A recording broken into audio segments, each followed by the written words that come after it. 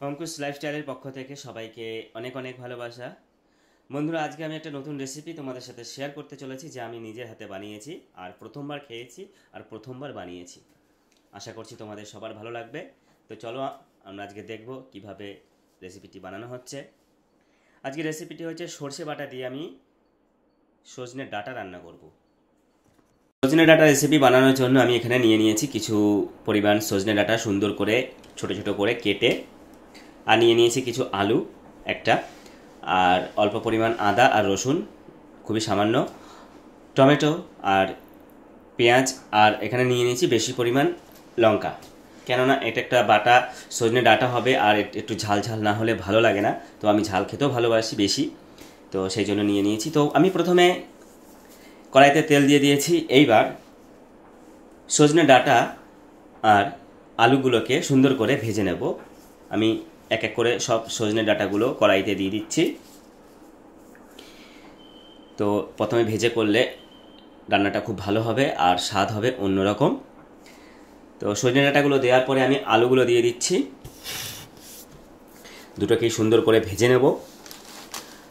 তারপর এখানে দিয়ে দিলাম কিছু পরিমাণ লবণ আর 1 চামচ মতো হলুদের পাউডার।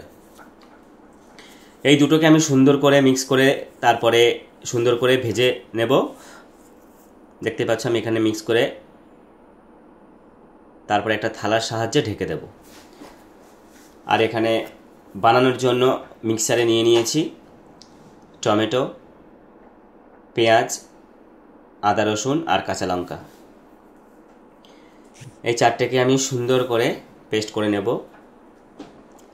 মশলাটা বানানোর জন্য।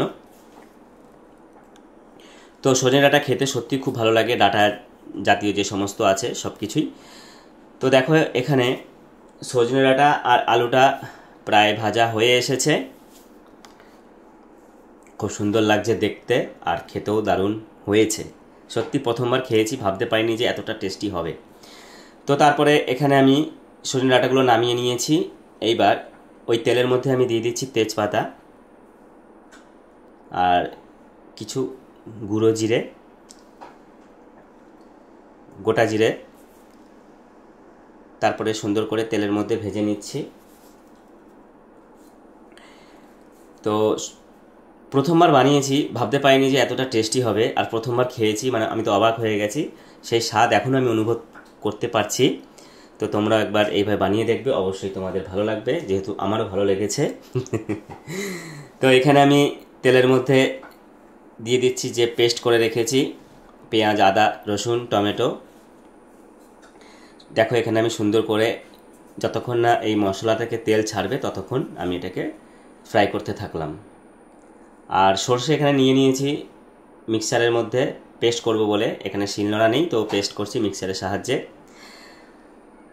তো দেখতে পাচ্ছ এখানে সেই লঙ্কাগুলো দিয়ে দিলাম, আর সঙ্গে দুটো কাশ্মীরি লঙ্কা দিয়েছি কালারের জন্য। আর সর্ষে দেখতেই পেলে, দেখো এখানে আমি পেস্ট রেডি করে নিয়েছি।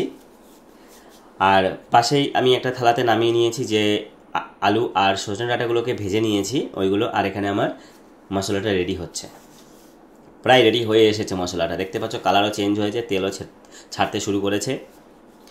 এইবার আমি কি করব, যখন মশলাটা রেডি হয়ে গেছে, এইবার যে আলু আর সজনে ডাঁটা এইগুলোকে দিয়ে দেব ওই মশলার মধ্যে। তারপরে খুন্তির সাহায্যে ভালো করে মিক্স করে নেব, যাতে মশলাটা সজনে ডাঁটা এবং আলুর সাথে লেগে যায়। তো দেখতে পাচ্ছ এখানে আমি খুব সুন্দর করে খুন্তির সাহায্যে নাড়াচাড়া করে নিচ্ছি। এইবার কিছুক্ষণ পরে দেখো মশলাটা প্রায় রেডি। তো মাঝপথে আমি এখানে দিয়ে দিচ্ছি ধনিয়া পাউডার, অল্প জিরে পাউডার, কিছু লঙ্কার গুঁড়ি আর অল্প গরম মশলা পাউডার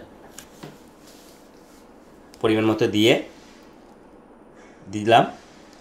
তারপরে কিছুক্ষণ পরে দেখো এখানে রেডি, প্রায় শেষের দিকে, তখন আমি এখানে কুচানো ধনেপাতা দিয়ে দিয়েছি। একটা দারুণ স্মেল আসছে, খুব টেস্টি। তো এখানে আমার সজনে ডাঁটা রেসিপি সম্পূর্ণভাবে রেডি। আর আমি একটা বাটির মধ্যে নিয়ে নিয়েছি। দেখো খুব সুন্দর রান্না হয়েছে, খেতেও দারুণ হয়েছে।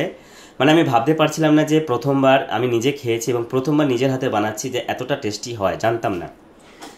তো আশা করছি আমার এই ভিডিওটি তোমাদের সবার ভালো লেগেছে। তোমরা একটা সুন্দর করে কমেন্টস করবে আর আমার পাশে থাকবে। সবাইকে অসংখ্য ধন্যবাদ আর অসংখ্য ভালোবাসা।